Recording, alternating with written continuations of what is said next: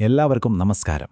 നമ്മളിന്ന് സംസാരിക്കാൻ പോകുന്ന കാര്യം ഒരുപക്ഷെ നമ്മളിൽ പലരും എപ്പോഴെങ്കിലും ഒന്നോർത്തു നോക്കിയിട്ടുള്ളൊരു കാര്യമായിരിക്കും. അതായത്, ദൈവം ഒന്നേ ഉള്ളൂ എങ്കിൽ പിന്നെ എന്തിനാണ് ഈ ലോകത്ത് ഇത്രയധികം മതങ്ങൾ? ഈ ഒരു ചോദ്യത്തിന്റെ ഉത്തരമാണ് നമ്മളിന്ന് തേടാൻ പോകുന്നത്. അതെ, ഇതാണ് ആ ചോദ്യം. ലോകത്തുള്ള ഒട്ടുമിക്ക മതങ്ങളും പറയുന്നത് ഒരേ ഒരു സൃഷ്ടാവേ ഉള്ളൂ എന്നാണല്ലോ. അങ്ങനെയെങ്കിൽ ആ ഒരൊറ്റ ദൈവത്തെ ആരാധിക്കാൻ എന്തിനാ ഇത്രയധികം വഴികളും രീതികളും, അല്ലേ? നമുക്കൊന്ന് ആഴത്തിൽ ചിന്തിച്ചു നോക്കാം. ഈ ചിന്തയുടെയൊക്കെ ഒരു തുടക്കം നമുക്കിവിടെ കാണാം. ഖുറാനിലെ ഒരു വാക്യമാണിത്. ഇതിൽ പറയുന്നത് എന്താണെന്ന് വെച്ചാൽ, ദൈവിക സന്ദേശം ഏതെങ്കിലും ഒരു പ്രത്യേക വിഭാഗത്തിനു വേണ്ടി മാത്രമായിരുന്നില്ല. അല്ല, അത് എല്ലാ ജനങ്ങളിലേക്കും എല്ലാ കാലഘട്ടത്തിലും ഓരോ ദൂതന്മാർ വഴി എത്തിയിരുന്നു എന്നാണ്. ഇത് ശരിക്കും വളരെ പ്രധാനപ്പെട്ടൊരു പോയിന്റാണ്. അപ്പോൾ നോക്കൂ, ദൂതന്മാർ പലരായിരുന്നു. കാലവും സ്ഥലവും ഭാഷയും സംസ്കാരവുമെല്ലാം വേറെ വേറെയായിരുന്നു. പക്ഷേ അവരെല്ലാവരും പഠിപ്പിച്ച ആ അടിസ്ഥാന സന്ദേശം, അതിന്റെ കാതൽ എപ്പോഴും ഒന്നുതന്നെയായിരുന്നു. അപ്പോൾ എന്തായിരുന്നു ആ ഒരൊറ്റ സന്ദേശം? ഈ സ്ലൈഡിൽ അത് കൃത്യമായിട്ട് പറയുന്നുണ്ട്. ഒന്നാമത്തത്, ഒരേ ഒരു ദൈവത്തെ മാത്രം ആരാധിക്കുക. രണ്ടാമതായി, ദൈവം അയച്ച ആ വഴികാട്ടി ആരാണോ അദ്ദേഹത്തെ പിന്തുടരുക. മൂന്നാമത്തത്, ഒരു നല്ല ജീവിതം നയിക്കുക, നീതിയോടെ ജീവിക്കുക. പിന്നെ നാലാമതായിട്ട്, സ്നേഹം, നീതി, വിനയം ഇതുപോലുള്ള നല്ല ഗുണങ്ങൾ നമ്മുടെ ജീവിതത്തിൽ ഒരു ഭാഗമാക്കുക. ഇതായിരുന്നു ആ അടിസ്ഥാനം. ശരി, അപ്പോൾ അടുത്തൊരു സംശയം വരും. ഈ സന്ദേശമെല്ലാം ഒന്നായിരുന്നെങ്കിൽ പിന്നെ എവിടെ നിന്നാണ് ഈ ഭിന്നതകളൊക്കെ വന്നത്? എങ്ങനെയാണ് ഇത്രയധികം വേർതിരിവുകളുണ്ടായത്? നമുക്കതിന്റെ കാരണം എന്താണെന്ന് നോക്കാം. ഇവിടെയാണ് കാര്യങ്ങൾ കുറച്ചുകൂടി സങ്കീർണമാകുന്നത്. ഈ ഭിന്നതകൾക്ക് കാരണം ദൈവമല്ല, മറിച്ച് മനുഷ്യൻ തന്നെയാണെന്നാണ് ഈ ആശയങ്ങൾ പറയുന്നത്. അതായത്, ചിലർക്ക് അധികാരവും നിയന്ത്രണവും വേണമായിരുന്നു. ചില നേതാക്കന്മാർ അവരുടെ സ്ഥാനം ഉറപ്പിക്കാൻ വേണ്ടി ദൈവിക പാഠങ്ങളിൽ മാറ്റങ്ങൾ വരുത്തി. കാലം മുന്നോട്ടു പോയപ്പോൾ യഥാർത്ഥ ദൈവിക സന്ദേശത്തിൽ നാട്ടിലെ ആചാരങ്ങളും സംസ്കാരവുമൊക്കെ കലർന്നുപോയി. പിന്നെ ഏറ്റവും പ്രധാനമായിട്ട്, ദൈവം കാണിച്ചു തന്ന വഴിക്ക് പകരം ഓരോരുത്തരും അവരവരുടെ ഇഷ്ടത്തിനനുസരിച്ച് കാര്യങ്ങൾ വ്യാഖ്യാനിക്കാൻ തുടങ്ങി. അപ്പോൾ ഇതിന്റെ ഒരു ഫലമായിട്ട് എന്താ സംഭവിച്ചത്?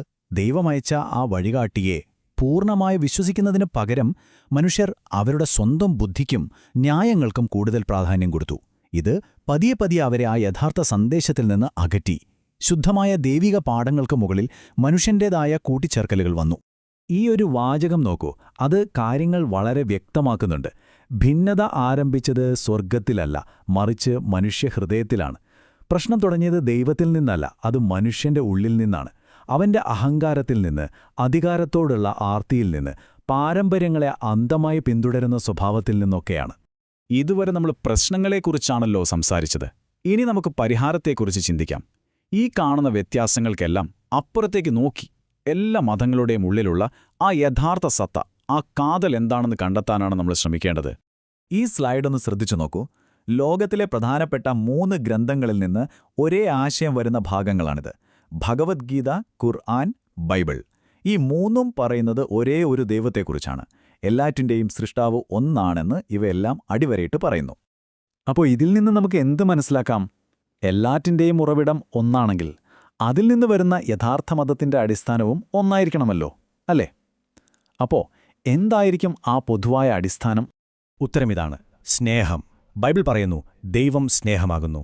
ഖുർആൻ പറയുന്നു, അവൻ അവരെ സ്നേഹിക്കുന്നു, അവർ അവനെയും. ഭഗവത്ഗീത സ്നേഹത്തോടെയുള്ള ഭക്തിക്കാണ് പ്രാധാന്യം നൽകുന്നത്.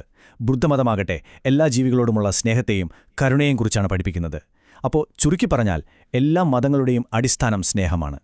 അപ്പോൾ സ്വാഭാവികമായും അടുത്തൊരു ചോദ്യം വരും, ശരി, എല്ലാം സ്നേഹമാണെങ്കിൽ പിന്നെന്തിനാണ് പ്രവാചകന്മാരും ഗുരുക്കന്മാരുമൊക്കെ? നമുക്ക് തനിയെ സ്നേഹിച്ചാൽ പോരെ? അതിനുമൊരു കാരണമുണ്ട്. ഉത്തരം വളരെ ലളിതമാണ്.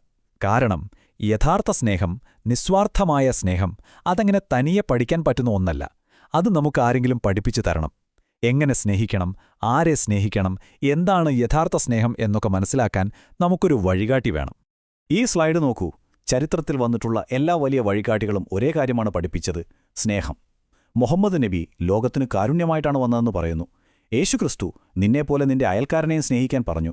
ശ്രീകൃഷ്ണൻ എല്ലാ ജീവികളോടും വിദ്വേഷമില്ലാതെ പെരുമാറാൻ പഠിപ്പിച്ചു. വെറുപ്പിനെ സ്നേഹം കൊണ്ട് മാത്രമേ ജയിക്കാനാവൂ എന്ന് ബുദ്ധൻ പഠിപ്പിച്ചു.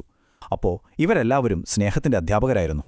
അപ്പോൾ നമ്മൾ എത്തിച്ചേരുന്നൊരു പ്രധാനപ്പെട്ട ചിന്ത ഇതാണ്: മതം എന്നത് നമ്മൾ ജനിച്ചതുകൊണ്ട് നമുക്ക് കിട്ടുന്നൊരു പേര് മാത്രമാണോ? അതോ നമ്മുടെ ജീവിതത്തിൽ, നമ്മുടെ പ്രവൃത്തികളിൽ നമ്മൾ കാണിക്കുന്ന സ്നേഹവും കാരുണ്യവുമാണോ യഥാർത്ഥ മതം? ഇതിൽ രണ്ടാമത്തതാണ് ശരി എന്നാണ് ഈ ആശയങ്ങൾ നമ്മളോട് പറയുന്നത്. അവസാനമായി നമുക്ക് ഈ ഒരു ചോദ്യം സ്വയം ചോദിച്ചു നോക്കാം. സ്നേഹമാണ് എല്ലാറ്റിൻ്റെയും ഉറവിടമെങ്കിൽ, ദൈവം സ്നേഹമാണെങ്കിൽ, പിന്നെ വെറുപ്പും വിദ്വേഷവും പഠിപ്പിക്കുന്ന ഒരു വഴിക്ക് എങ്ങനെ ആ ദൈവത്തിൽ നിന്നുള്ളതാകാൻ സാധിക്കും? ഇതൊരു വലിയ ചോദ്യമാണല്ലേ? ഈ ചോദ്യത്തിനുള്ള ഉത്തരം നമ്മൾ ഓരോരുത്തരും നമ്മുടെ ഉള്ളിൽ തന്നെ കണ്ടെത്തേണ്ടതുണ്ട്. ആ ഒരു ചിന്ത നിങ്ങൾക്ക് വിട്ടുകൊണ്ട് ഇന്നത്തെ ഈ വിശകലനം ഇവിടെ അവസാനിപ്പിക്കുന്നു. നന്ദി.